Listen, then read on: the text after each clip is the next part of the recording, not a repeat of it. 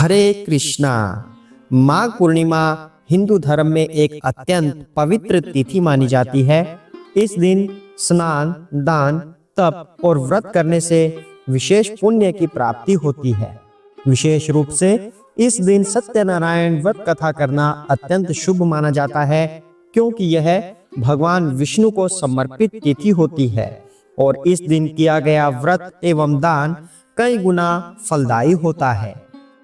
आइए जानते हैं सत्यनारायण भगवान की कथा का पौराणिक महात्म्य क्या है। उसके बाद फिर सत्यनारायण भगवान की व्रत कथा करेंगे। हरे कृष्णा। सत्यनारायण व्रत कथा हिंदू धर्म में एक अत्यंत पवित्र और लोकप्रिय कथा है, जो स्कंद पुराण के रैवत्य खंड से लिया गया है। यह कथा भगवान विष्णु के सत्यनारायण स्वरूप की पूजा पर केंद्रित है और इसे करने से व्यक्ति के कष्ट दूर होते हैं, इच्छाएं पूर्ण होती हैं और मोक्ष की प्राप्ति होती है। सत्यनारायण व्रत कथा का पौराणिक महत्व जानते हैं। सबसे पहले सत्य और धर्म की विजय। सत्यनारायण भगवान को सत्य के प्रतीक के रूप में माना जाता है। इस कथा में सत्य के मार्ग पर चलने वालों को ईश्वर का आशीर्वाद मिलता है, जबकि झूठ और पाखंड करने वाले दंडित होते हैं। भक्तों की रक्षा और उनके कष्टों का निवारण। यह कथा दर्शाती है कि जो भी श्रद्धा और भक्ति के साथ सत्यनारायण व्रत करता है, भगवान उसकी सभी परेशानियों को दूर कर देते हैं और उसे सुख समृद्धि प्रदान करते हैं। भक्ति और पुण्य का फल। कथा में वर्णित कई पात्र जैसे कि गरीब ब्राह्मण, लकड़हारा, व्यापारी, राजा आदि सभी जब भगवान सत्यनारायण की पूजा करते हैं तो उन्हें उनके कर्मों का उत्तम फल प्राप्त होता है। सांसारिक सुख और मोक्ष की प्राप्ति। इस कथा के अनुसार सत्यनारायण व्रत करने से न केवल सांसारिक सुख समृद्धि प्राप्त होती है, बल्कि मोक्ष का मार्ग भी प्रशस्त होता है। सत्यनारायण भगवान श्री कृष्ण के ही एक रूप हैं। श्री प्रभुपाद जी के अनुसार जो भी व्यक्ति श्री कृष्ण के किसी भी रूप की आराधना करता है तो वह स्वयं श्री कृष्ण की ही आराधना कर रहा है, और जो व्यक्ति श्री कृष्ण की आराधना में लीन रहता है उसके लिए आवागमन का मार्ग बंद हो जाता है, अर्थात वह जन्म मृत्यु से छुटकारा पा लेता है। श्री प्रभुपाद जी के अनुसार कोई भी व्रत अगर हम निष्काम भाव से करें तो उसे श्री कृष्ण की भक्ति प्राप्त होती है। आइए सत्यनारायण भगवान की व्रत कथा आरंभ करते हैं। हरे कृष्णा। सभी भक्तों को बहुत बहुत प्रणाम। आज हम सत्यनारायण जी की व्रत कथा करने जा रहे हैं हिंदी में। आप सभी इसे ध्यान से सुनिए। हम इसके सभी अध्याय करेंगे और ध्यान से सुनकर इस कथा का आनंद लीजिए और प्रभु का आशीर्वाद प्राप्त कीजिए। सत्यनारायण जी की कथा इस प्रकार है। हरे कृष्णा। पहला अध्याय। एक समय नैमिषारण्य तीर्थ में शौनक आदि 88,000 ऋषियों ने श्री सूत जी से पूछा, हे प्रभु, इस कलयुग में वेद विद्या रहित मनुष्यों को प्रभु भक्ति किस प्रकार मिलेगी तथा उनका उद्धार कैसे होगा? इसलिए हे मुनिश्रेष्ठ, कोई ऐसा तप कहिए जिससे थोड़े समय में पुण्य प्राप्त होवे तथा मनवांछित फल मिले। वह कथा सुनने की हमारी इच्छा है।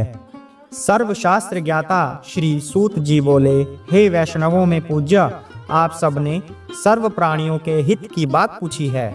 अब मैं उस श्रेष्ठ व्रत को आप लोगों में कहूँगा जिस व्रत को नारद जी ने लक्ष्मी नारायण से पूछा था और श्री लक्ष्मीपति ने मुनि श्रेष्ठ नारद से कहा था, सो ध्यान से सुनो।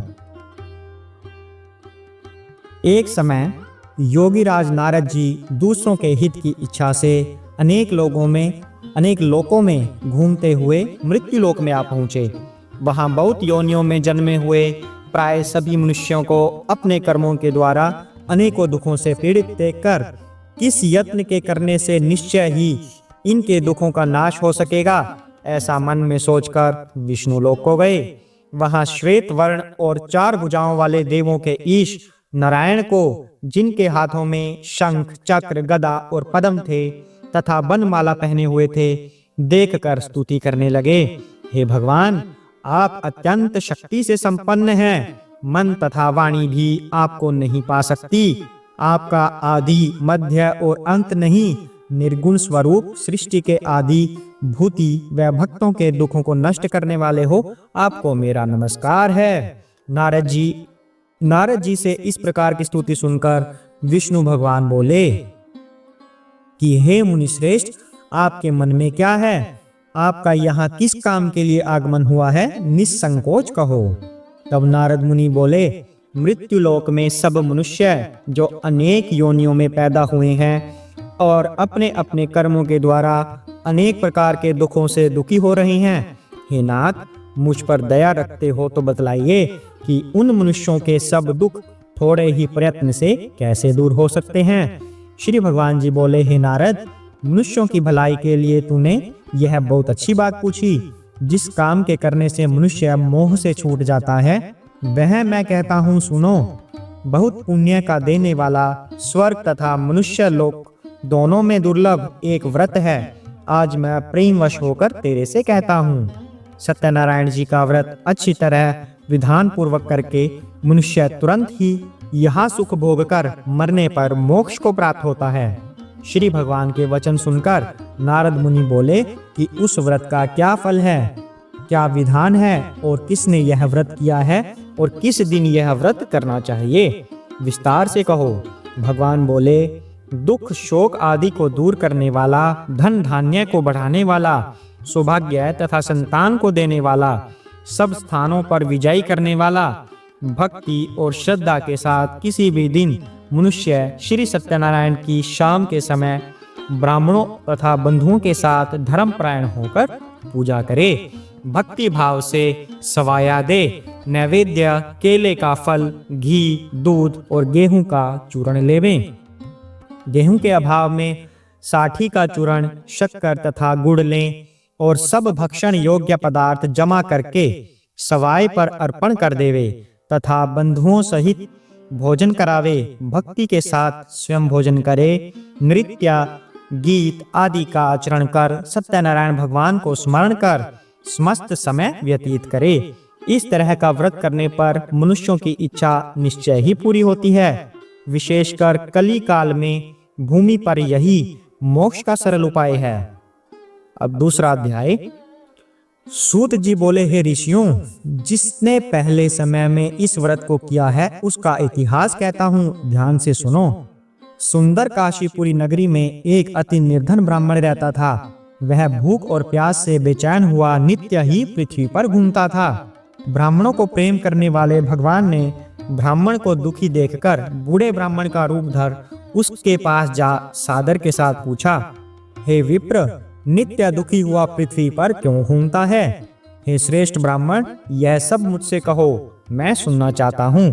ब्राह्मण बोला, मैं बहुत निर्धन ब्राह्मण हूँ, भिक्षा के लिए पृथ्वी पर फिरता हूँ। हे भगवान, यदि आप इसका उपाय जानते हो तो कृपा कर कहो। वृद्ध ब्राह्मण बोला कि सत्यनारायण भगवान मनवांछित फल को देने वाले हैं, इसलिए हे ब्राह्मण, तू उनका पूजन कर, जिसके करने से मनुष्य सब दुखों से मुक्त होता है। ब्राह्मण को सारा व्रत का विधान बताकर बूढ़े ब्राह्मण का रूप धारण करने वाले सत्यनारायण भगवान अंतर्ध्यान हो गए। जिस व्रत को वृद्ध ब्राह्मण ने बतलाया है, मैं उसको करूंगा, यह निश्चय करने पर उसे रात में नींद भी नहीं आई। वह सवेरे ही उठा, सत्यनारायण के व्रत का निश्चय कर भिक्षा के लिए चला। उस दिन उसको भिक्षा में बहुत धन मिला, जिससे बंधु बांधवों के साथ उसने सत्यनारायण का व्रत किया। इसके करने से वह ब्राह्मण सब दुखों से छूटकर अनेक प्रकार की संपत्तियों से युक्त हुआ। उस समय से वह ब्राह्मण हर मास व्रत करने लगा। इस तरह सत्यनारायण भगवान के इस व्रत को जो करेगा वह सब पापों से छूटकर मोक्ष को प्राप्त होगा। आगे जो पृथ्वी पर सत्यनारायण व्रत करेगा वह मनुष्य सब दुखों से छूट जाएगा। इस तरह नारद जी ने नारायण का कहा हुआ यह व्रत तुमसे कहा। हे विप्रों, मैं अब और क्या कहूँ? ऋषि बोले, हे मुनीश्वरों, संसार में इस ब्राह्मण से सुनकर किस किस ने इस व्रत को किया, हम वह सब सुनना चाहते हैं। इसके लिए हमारे मन में श्रद्धा है। सूत जी बोले, हे मुनियों, जिस जिसने उस व्रत को किया है वह सब सुनो। एक समय वह ब्राह्मण धन और ऐश्वर्य के अनुसार बांधुओं के साथ व्रत करने को तैयार हुआ। उसी समय एक लकड़ी बेचने वाला बूढ़ा आया और बाहर लकड़ियों को रखकर ब्राह्मण के मकान में गया। प्यास से दुखी लकड़हारे ने उसको व्रत करते देखकर लकड़हारा ब्राह्मण को नमस्कार कर कहने लगा कि आप यह क्या कर रहे हैं और इसके करने से क्या फल मिलता है, कृपा करके मुझसे कहो। ब्राह्मण ने कहा, सब मनोकामनाओं को पूरा करने वाला यह सत्यनारायण भगवान का व्रत है। इसकी ही कृपा से मेरे यहाँ धन धान्य आदि की वृद्धि हुई है। ब्राह्मण से इस व्रत के बारे में जानकर लकड़हारा बहुत प्रसन्न हुआ। चरणामृत ले और प्रसाद खाने के बाद अपने घर को गया। लकड़हारे ने मन में इस प्रकार का संकल्प किया कि आज ग्राम में लकड़ी बेचने से जो धन मुझे मिलेगा उसी से सत्यनारायण देव का उत्तम व्रत करूंगा। यह मन में विचार कर वह बूढ़ा ब्राह्मण लकड़ियां अपने सिर पर रखकर जिस नगर में धनवान लोग रहते थे वह ऐसे सुंदर नगर में गया। उस रोज वहां पर उसे उन लकड़ियों का दाम पहले दिनों से चौगुना मिला। तब वह बूढ़ा लकड़हारा दाम ले और अति प्रसन्न होकर पक्के केले की फली, शक्कर, घी, दूध और दही, गेहूं का आटा इत्यादि सत्यनारायण भगवान के व्रत की कुल सामग्रियों को लेकर अपने घर गया। फिर उसने सब अपने भाइयों को बुलाकर विधि के साथ भगवान जी का पूजन और व्रत किया। उस व्रत के प्रभाव से बूढ़ा लकड़हारा धन पुत्र आदि से युक्त हुआ और संसार के समस्त सुख भोगकर वैकुंठ को चला गया। तीसरा अध्याय। सूत जी बोले, हे श्रेष्ठ मुनियों, अब आगे की कथा कहता हूँ, सुनो। पहले समय में उल्का मुख नाम का एक बुद्धिमान राजा था। वह सत्यवक्ता और जितेंद्रिय था। प्रतिदिन देवस्थानों को जाता तथा गरीबों को धन देकर उनके कष्ट दूर करता था। उसकी पत्नी कमल के समान मुख वाली और सती साध्वी थी। भद्रशिला नदी के तट पर उन दोनों ने सत्यनारायण देव का व्रत किया। उस समय में वहां एक साधु वैश्य आया। उसके पास व्यापार के लिए बहुत सा धन था। नाव को किनारे पर ठहराकर राजा के पास गया और राजा को व्रत करते हुए देखकर विनय के साथ पूछने लगा, हे राजन, भक्ति युक्त चित्त से यह आप क्या कर रहे हैं? मेरी सुनने की इच्छा है, यह आप मुझे बताइए। राजा बोला, हे साधु, अपने बांधुओं के साथ पुत्र आदि की प्राप्ति के लिए यह महाशक्ति सत्यनारायण भगवान का व्रत व पूजन किया जा रहा है। राजा के वचन सुनकर साधु आदर के साथ बोला, हे राजन, मुझसे इसका सब विधान कहो, मैं भी आपके कथानुसार इस व्रत को करूंगा। मेरे भी कोई संतान नहीं है और इससे निश्चय होगी। राजा से सब विधान सुन व्यापार से निवृत्त हो वह आनंद के साथ घर गया। साधु ने अपनी स्त्री से संतान देने वाले उस व्रत का समाचार सुनाया और कहा कि जब मेरे संतान होगी तब मैं इस व्रत को करूंगा। साधु ने ऐसे वचन अपनी स्त्री लीलावती को कहे। एक दिन उसकी स्त्री लीलावती पति के साथ आनंदित हो सांसारिक धर्म में प्रवृत्त होकर सत्यनारायण भगवान की कृपा से गर्भवती हो गई तथा 10वें महीने में उसके एक सुंदर कन्या का जन्म हुआ। दिन दिन वह इस तरह बढ़ने लगी जैसे शुक्ल पक्ष का चंद्रमा बढ़ता है। कन्या का नाम कलावती रखा गया। तब लीलावती ने मीठे शब्दों में अपने पति से कहा कि आपने जो संकल्प किया हुआ था कि भगवान का व्रत करूंगा, अब आप उसे करिए। साधु बोले, हे प्रिय, इसके विवाह पर करूंगा। अपनी पत्नी को आश्वासन दे वह नगर को गया। कलावती पितृगृह में वृद्धि को प्राप्त हो गई। साधु ने जब नगर में सखियों के साथ अपनी पुत्री को देखा तो तुरंत ही दूत बुलाकर कहा कि पुत्री के वास्ते कोई सुयोग्य वर देख कर लाओ। साधु की आज्ञा पाकर दूत कंचन नगर पहुंचा और वहां पर बड़ी खोज कर और देखभाल कर लड़की के वास्ते सुयोग्य वाणिक पुत्र को ले आया। उस सुयोग्य लड़के को देखकर साधु ने अपने भाई बंधुओं सहित प्रसन्नचित्त अपनी पुत्री का विवाह उसके साथ कर दिया। किंतु दुर्भाग्य से विवाह के समय भी उस व्रत को करना भूल गया। तब श्री भगवान क्रोधित हो गए और श्राप दिया कि तुम्हें दारुण दुख प्राप्त होगा। अपने काम में कुशल साधु बनिया अपने जा माता सहित समुद्र के समीप रत्नपुर नगर पहुंचा और वहां दोनों ससुर जमाई चंद्रकेतु राजा के नगर में पहुंचे और व्यापार करने लगे। एक रोज भगवान सत्यनारायण की माया से प्रेरित कोई चोर राजा का धन चुराकर शीघ्र जा रहा था, किंतु पीछे से राजा के दूतों को आता देखकर चोर ने घबराकर भागते भागते धन को वहीं चुपचाप रख दिया जहां वह दोनों ससुर जमाई ठहरे हुए थे।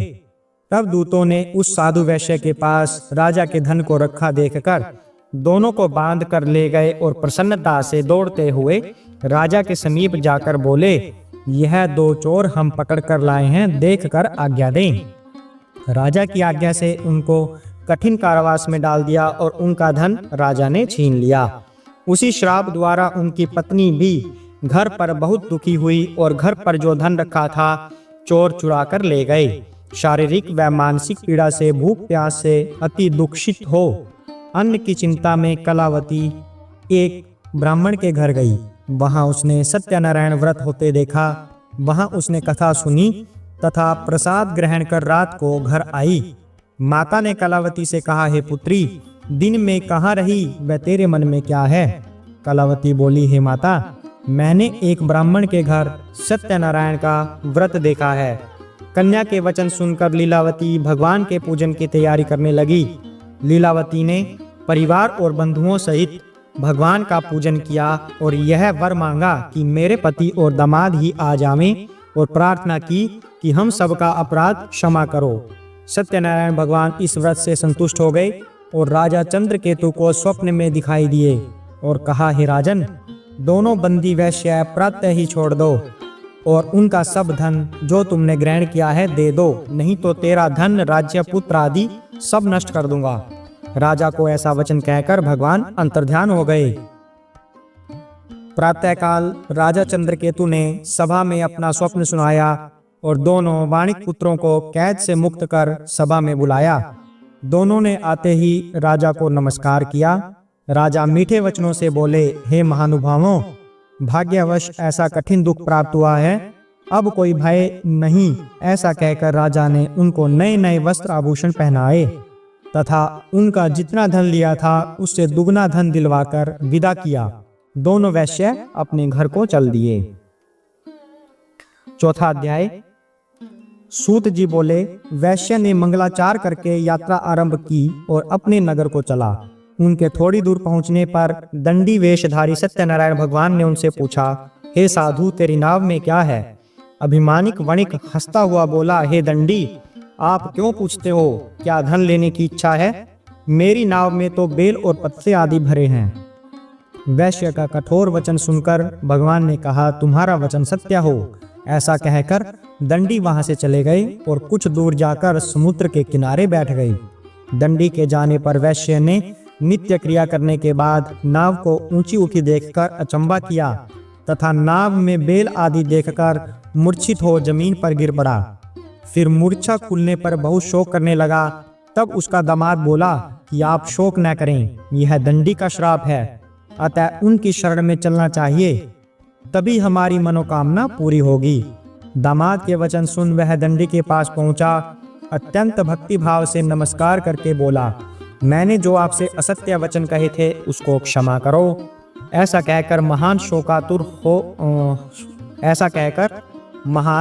शोकातुर हो रोने लगा। तब दंडी भगवान बोले, हे वणिक पुत्र, मेरी आज्ञा से बार बार तुम्हें दुख प्राप्त हुआ है, तू मेरी पूजा से विमुख हुआ है। साधु बोला, हे भगवान, आपकी माया से मोहित ब्रह्मा आदि भी आपके रूप को नहीं जानते, तब मैं अज्ञानी कैसे जान सकता हूँ? आप प्रसन्न होइए, मैं सामर्थ्य के अनुसार आपकी पूजा करूंगा। मेरी रक्षा करो और पहले के समान नौका में धन भर दो। उनके भक्ति युक्त वचन सुनकर भगवान प्रसन्न हो गए। उसकी इच्छा अनुसार वर देकर अंतर्ध्यान हो गए। तब उन्होंने नाव पर आकर देखा कि नाव धन से परिपूर्ण है। फिर वह भगवान सत्यदेव का पूजन कर साथियों सहित अपने नगर को चला। जब अपने नगर के निकट पहुंचा तब दूत को घर भेजा। दूत ने साधु के घर जा उसकी स्त्री को नमस्कार कर कहा कि साधु अपने दामाद सहित इस नगर के समीप आ गए हैं। ऐसा वचन सुन सती ने बड़े हर्ष के साथ सत्यदेव का पूजन कर पुत्री से कहा, मैं अपने पति के दर्शन को जाती हूँ, तू कार्य पूर्ण करके शीघ्र आना। माता के वचन सुनकर कलावती प्रसाद छोड़ पति के पास गई। प्रसाद की अवज्ञा के कारण सत्यदेव ने रुष्ट हो उनके पति को नाव सहित पानी में डुबा दिया। कलावती अपने पति को न देखकर रोती हुई जमीन पर गिर गई। इस तरह नौका को डूबा हुआ तथा कन्या को रोता देख साधु दुखित हो बोला, हे प्रभु, मुझसे या मेरे परिवार से जो भूल हुई उसे क्षमा करो। उसके दीन वचन सुनकर सत्यदेव प्रसन्न हो गए और आकाशवाणी हुई, हे साधु, तेरी कन्या मेरे प्रसाद को छोड़कर आई है, इसलिए इसका पति अदृश्य हुआ है। यदि वह घर जाकर प्रसाद खाकर लौटे तो इसे पति अवश्य मिलेगा। आकाशवाणी से ऐसा सुनकर कलावती ने घर पहुंचकर प्रसाद खाया। फिर उसने आकर अपने पति के दर्शन किए। तब वैश्य परिवार के सब लोग प्रसन्न हुए। फिर साधु ने बांधवों सहित सत्यदेव का विधि पूर्वक पूजन किया। उस दिन से हर पूर्णिमा व संक्रांति को सत्यनारायण का पूजन करने लगा। फिर इस लोक का सुख भोग कर स्वर्ग को चला गया। 5वां अध्याय। सूत जी बोले, हे ऋषियों, मैं और भी कथा कहता हूँ, सुनो। प्रजा पालन में लीन तुंगध्वज नाम का राजा था। उसने भी भगवान का प्रसाद त्याग कर बहुत दुख पाया। एक समय वन में जाकर पशुओं को मारकर बड़ के पेड़ के नीचे आया। उसने भक्ति भाव से ग्वालों को बांधवों सहित सत्यनारायण का पूजन करते देखा। राजा देखकर भी अभिमानवश न वहां गया और न नमस्कार किया। जब ग्वालों ने भगवान का प्रसाद उसके सामने रखा तो वह प्रसाद को त्याग कर अपनी सुंदर नगरी को चला गया। वहां उसने अपना सब कुछ नष्ट पाया तो वह जान गया कि यह सब भगवान ने किया है। तब वह विश्वास कर ग्वालों के समीप गया और विधि पूर्वक पूजन कर प्रसाद खाया तो सत्यदेव की कृपा से सब जैसा था वैसा हो गया तथा सुख भोग कर मरने पर स्वर्ग लोक को चला गया। जो मनुष्य इस परम दुर्लभ व्रत को करेगा, भगवान की कृपा से उसे धन धान्य की प्राप्ति होगी। निर्धन धनी होते हैं, बंदी बंधन से मुक्त होकर निर्भय हो जाता है, संतानहीनों को संतान प्राप्त होती है, सब मनोरथ पूर्ण होकर अंत में वैकुंठ धाम को जाता है। जिन्होंने पहले इस व्रत को किया है उसके दूसरे जन्म की कथा कहता हूँ। वृद्ध शतानंद ने ब्राह्मण सुदामा का जन्म लेकर मोक्ष को पाया। उल्का मुख नाम का राजा दशरथ होकर वैकुंठ को प्राप्त हुआ। साधु नाम के वैश्य ने मोरध्वज बनकर अपने पुत्र को आरे से चीरकर मोक्ष प्राप्त किया। महाराज तुंगध्वज ने स्वयंभू होकर भगवान के भक्ति युक्त कर्म कर मोक्ष को प्राप्त किया। जय सत्यनारायण जी की। हरे कृष्णा। सत्यनारायण भगवान की इस कथा से सभी मनोकामनाएं पूर्ण होती हैं, आर्थिक स्थिति में सुधार आता है, बीमारियों और संकटों से मुक्ति मिलती है, गृहस्थ जीवन में सुख शांति बनी रहती है, पुत्र संतान की प्राप्ति और वंश वृद्धि होती है, अकाल मृत्यु और पापों से मुक्ति मिलती है। सत्यनारायण भगवान की कथा पौराणिक रूप से अत्यंत शुभ और फलदायी मानी जाती है। यह न केवल सांसारिक सुख संपत्ति प्रदान करती है बल्कि मोक्ष का मार्ग भी प्रशस्त करती है। सत्य और धर्म के मार्ग पर चलने वालों को भगवान सत्यनारायण का विशेष आशीर्वाद प्राप्त होता है। आशा करते हैं आपको यह कथा पसंद आई होगी। यदि आपको यह कथा पसंद आई है तो चैनल को सब्सक्राइब करना बिल्कुल मत भूलिएगा। हो सकता है आपके लिए यह कार्य अत्यंत महत्वपूर्ण ना हो, पर आपके ऐसा करने से हमें प्रोत्साहन मिलता है। वैदिक प्रचार करने के लिए हम ये कथाएं आपके समक्ष लाते हैं। अगर आपको लगता है कि हम वैदिक प्रचार का सही तरीके से पालन कर रहे हैं तो कृपया कथाओं को शेयर करना मत भूलिएगा और लाइक पर भी अवश्य ही प्रेस कर दीजिएगा, क्योंकि आपके ऐसा करने से यह कथा अनेक भक्तजनों तक अपने आप ही पहुंच जाएगी। इससे हमें वैदिक प्रचार में सहायता मिलती है। हरे कृष्णा।